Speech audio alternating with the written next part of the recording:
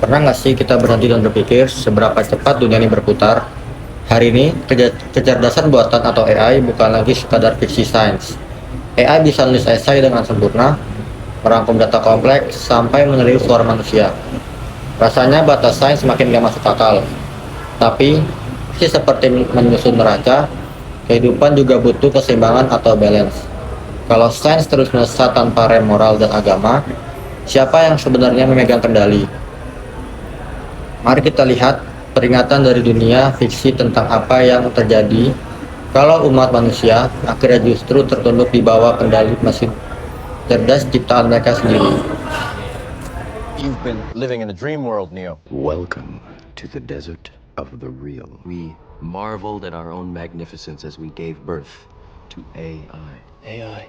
Singular consciousness that spawned an entire race of machines. We don't know who struck first, us or them. Without an energy source as abundant as the sun, it was believed that they would be unable to survive. The human body generates more bioelectricity than a 120-volt battery and over 25,000 BTUs of body heat. Where human beings are no longer born, we are grown. Them liquefy the dead so they could be fed intravenously to the living. The Matrix is a computer-generated dream world, built to keep us under control in order to change human being into this.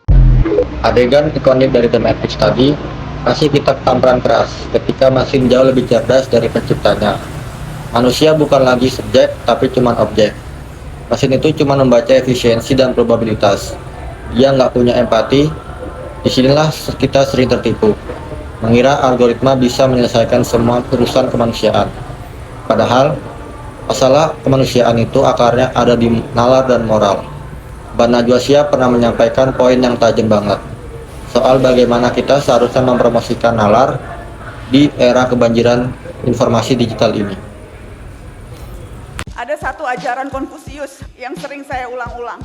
Learning without thinking is useless, thinking without learning is dangerous. Harus dicari keseimbangan itu.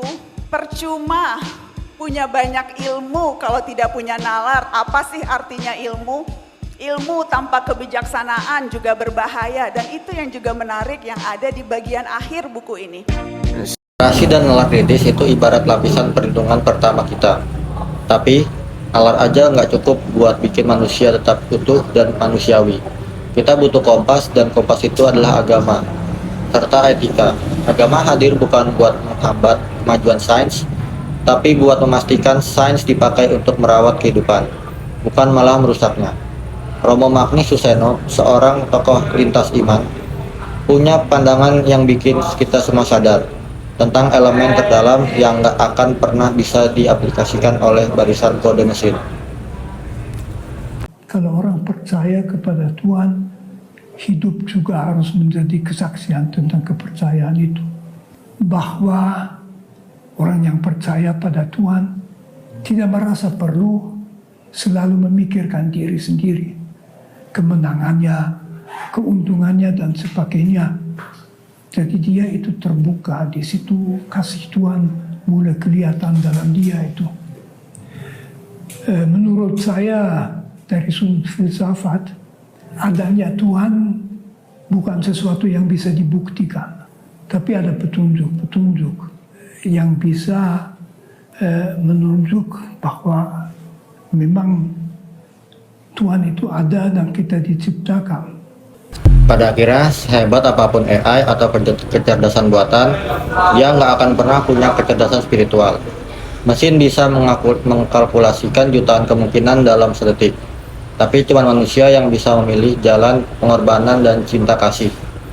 Di era AI ini, mari jadikan sains sebagai kendaraan kita untuk melesat maju, dan jadikan agama sebagai setir arahnya agar tidak tersesat.